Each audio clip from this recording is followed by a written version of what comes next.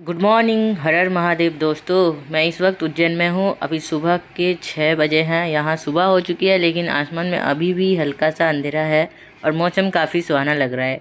आज के दिन की शुरुआत हम करने वाले हैं श्री काल भैरव बाबा के दर्शन से। उज्जैन की परंपरा के मुताबिक सबसे पहले काल भैरव बाबा के दर्शन किए जाते हैं। ऐसा माना जाता है कि महाकाल के दर्शन से पहले काल भैरव बाबा की आज्ञा लेना, जैसे हम बोलते हैं परमिशन लेना, शुभ होता है। तो चलिए बिना देरी किए निकलते हैं मंदिर की तरफ।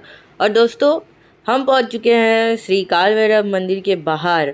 अब चलिए अंदर चलते हैं और आपको भी बाबा के दिव्य दर्शन करवाते हैं। हम लोग यहाँ 11 मार्च 2026 को आए थे और जानबूझकर सुबह सुबह ही आ गए थे। इस वजह से हमें बहुत ही अच्छे और आराम से दर्शन हो गए, क्योंकि जैसे जैसे दिन बढ़ता है यहाँ भक्तों की भीड़ काफ़ी ज़्यादा हो जाती है। अगर आप भी उज्जैन आने का प्लान बना रहे हैं तो मेरी एक ही सलाह रहेगी, सुबह जल्दी मंदिर ज़रूर आइए। इससे भीड़ कम मिलेगी, दर्शन आराम से होंगे और मंदिर के शांत और आध्यात्मिक माहौल भी अच्छी तरह महसूस कर पाएंगे। हर हर महादेव। दोस्तों, आप देख ही सकते हैं कि इस वक्त मंदिर में ज़्यादा भीड़ नहीं है, इसी वजह से हम आराम से अंदर आ गए हैं। अब चलिए बाबा काल भैरव के दिव्य दर्शन करते हैं और आपको भी दर्शन करवाते हैं। ये रहे हमारे श्री काल भैरव बाबा।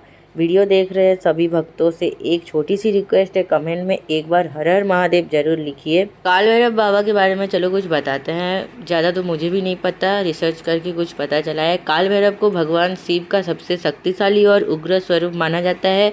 उज्जैन के रक्षक और नगर के कोतवाल के रूप में उनकी पूजा की जाती है। ऐसी मान्यता है कि सच्चे मन से बाबा काल भैरव की पूजा करने से भय, नकारात्मक शक्तियाँ और जीवन की बाधाएं दूर होती है। महाकाल की नगरी उज्जैन में उनके दर्शन का बहुत ही विशेष महत्व माना जाता है। यहाँ आप देख सकते हैं कि बहुत से भक्तों ने अपनी मन्नत पूरी होने की आस में या मन्नत पूरी होने के बाद ये धागे बांधे हैं। हमने भी श्रद्धा और विश्वास के साथ धागा बांध दिया। वैसे दोस्तों, एक बात मैंने कई जगह और कुछ पॉडकास्ट में सुनी है कि बाबा काल भैरव जी का प्रसाद घर नहीं ले जाना चाहिए, लेकिन मेरी सोच थोड़ी अलग है। मेरे हिसाब से भगवान का प्रसाद पवित्र होता है और उसका सम्मान सबसे ज़रूरी है। हालांकि हर मंदिर की अपनी परंपरा और मान्यता होती है, इसलिए अगर मंदिर से पुजारी या स्थानीय नियम कुछ अलग कहे तो उनका पालन जरूर करना चाहिए। अब हम मंदिर से बाहर आ चुके हैं। सच कहूँ तो बाबा के दर्शन करके एक अलग ही पॉजिटिव एनर्जी फील हुई, गूज़बम्स आ गए और दिल को बहुत शांति मिली। दर्शन करके बहुत ही अच्छा लगा। आप भी कमेंट करके ज़रूर बताना कि आपको बाबा काल भैरव के दर्शन कैसे लगे। हर हर महादेव। तो दोस्तों, काल भैरव बाबा के दर्शन के बाद अब हम पहुंच गए हैं माँ गढ़कालिका मंदिर, जो यहीं पास में ही स्थित है। माँ गढ़कालिका को माँ काली का ही एक शक्तिशाली स्वरूप माना जाता है।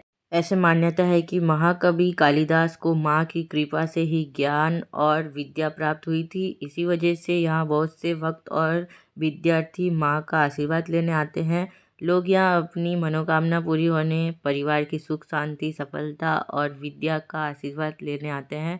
अगर आप उज्जैन घूमने आए हैं तो माँ गढ़कालिका के दर्शन जरूर करें। यहाँ का शांत और भक्तिमय माहौल दिल को एक अलग ही सुकून देता है। तो चलिए अब हम भी माँ गढ़कालिका के दिव्य दर्शन करते हैं। जय माँ गढ़कालिका। तो दोस्तों, अभी हम रूम की तरफ जा रहे हैं, वहाँ जाके कुछ खाएंगे।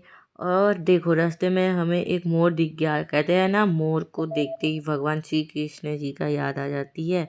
आज तो कृष्ण जी का भी दर्शन हो गया।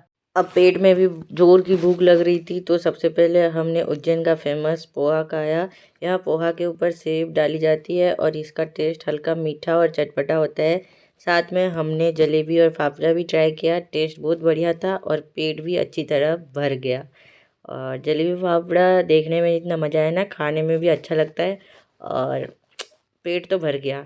फिर हम उसके बाद हम पहुंच गए सपना स्वीट्स, जो उज्जैन की काफ़ी फेमस स्वीट शॉप है। यहाँ हमने ट्राई की इंद्रानी, जो यहाँ की एक मशहूर मिठाई है। अगर आप सोच रहे हैं कि इंद्रानी क्या होती है, तो ये दूध से बनी एक रिच मिठाई है। इसमें मावा, खोआ जो बोलते हैं, ड्राई फ्रूट्स और चीनी का इस्तेमाल किया जाता है, जिससे इसका टेक्सचर बहुत सॉफ्ट और क्रीमी हो जाता है। सच बताऊँ तो इंद्रायणी का टेस्ट बहुत ही ज़बरदस्त था। इतनी सॉफ्ट और डिलीशियस थी कि मुंह पूरी तरह मिठास से भर गया। अगर आप उज्जैन आए तो इस फेमस मिठाई को एक बार ज़रूर ट्राई करना। टेस्ट भी बहुत बढ़िया ही है। वैसे दोस्तों फ्लाइंग इंद्रायणी की एक मटकी 75 की आती है। थोड़ी प्रीमियम ज़रूर है लेकिन टेस्ट एकदम अलग और काफ़ी डिलीशियस है। और देखो मेरा हाथ भी पूरा ऑरेंज हो गया। इसकी केसर वाली कोटिंग का रंग हाथ पर भी आ गया, लेकिन टेस्ट इतनी ज़बरदस्त था कि मज़ा ही आ गया। अगर आप उज्जैन आए तो फ्लाइंग इंद्रायणी को एक बार ज़रूर ट्राई करिएगा। ये यहाँ की फेमस मिठाइयों में से एक है।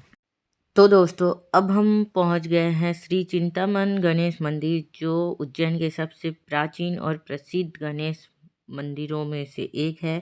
ऐसे मान्यता है कि यहाँ विराजमान गणेश जी की मूर्ति स्वयंभू यानी स्वयं प्रकट हुई थी। चिंतामन का अर्थ होता है जो अपने भक्तों की चिंता हार ले। इसी वजह से लोग यहाँ अपनी परेशानियों और मनोकामनाओं के साथ गणेश जी का आशीर्वाद लेने आते हैं।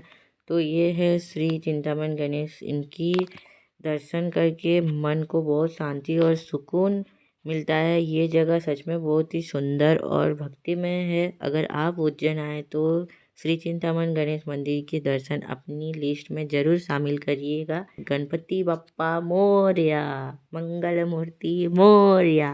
सो गाइस, सच्चे मन से प्रार्थना करने पर गणेश जी अपने भक्तों की विघ्न और चिंता को दूर कर देते हैं। तो यहाँ ज़रूर आइए। किसी का भी प्रॉब्लम है कि कोई भी चिंता है, जो भी है, भगवान जी हर किसी का चिंता दूर कर देंगे। इसलिए तो ये मंदिर का नाम है चिंतामन गणेश।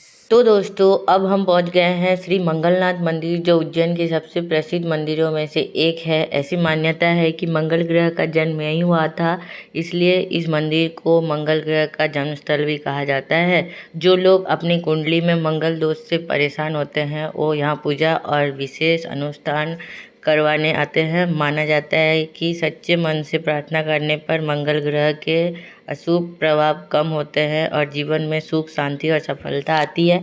मंदिर का माहौल बहुत ही शांत और आध्यात्मिक है। अगर आप उज्जैन आए तो श्री मंगलनाथ मंदिर के दर्शन भी जरूर करिएगा।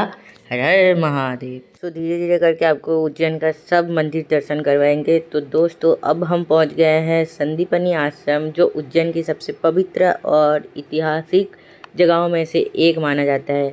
ऐसे मान्यता है कि भगवान श्री कृष्ण, बलराम और सुदामा ने इसी आश्रम में गुरु संदीपनी से शिक्षा प्राप्त की थी। कहते हैं कि यहाँ उन्होंने 64 कलाएं और 14 विद्याओं का ज्ञान बहुत ही कम समय में प्राप्त किया था। ये गुरु शिक्षा परंपरा का एक अनोखा उदाहरण माना जाता है। आश्रम के अंदर स्थित गोमती कुंड का भी बहुत महत्व है। मान्यता है कि गुरु माता की इच्छा पूरी करने के लिए भगवान श्री कृष्ण ने अपनी दिव्य शक्ति से सभी पवित्र नदियों का जल यहीं प्रकट किया था। इसी वजह से इस कुंड को बहुत पवित्र माना जाता है। यहाँ आकर एक ही अलग ही शांति और आध्यात्मिक माहौल के एहसास होता है। अगर आप उज्जैन आए तो संदीपनी आश्रम के दर्शन जरूर करिएगा। ये वही पवित्र स्थल माना जाता है जहाँ से भगवान श्री कृष्ण की शिक्षा और जीवन की एक महत्वपूर्ण यात्रा शुरू हुई थी।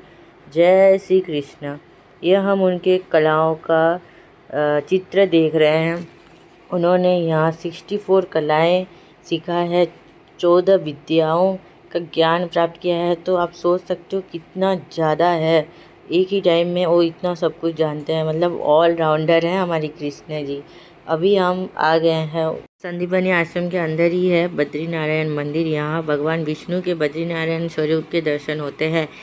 ऐसी मान्यता है कि जो भक्त उत्तराखंड के बद्रीधाम नहीं जा पाते वो यहाँ बद्रीनारायण भगवान के दर्शन करके भी पुण्य प्राप्त करते हैं। मंदिर का माहौल बहुत ही शांत और भक्तिमय है। भगवान के दिव्य दर्शन करके मान लो अलग ही सुकून मिलता है। अगर आप उज्जैन आए हो तो इस मंदिर के दर्शन भी जरूर करिएगा। तो गाइस इस ब्लॉग में इतना ही। नेक्स्ट पार्ट में आपको रामघाट हरसिद्धि टेम्पल का दर्शन करवाएंगे और रामघाट का आरती का भी दर्शन करवाएंगे। तो चलो, हर हर महादेव। नेक्स्ट ब्लॉग के लिए वेट कीजिए। Thank you.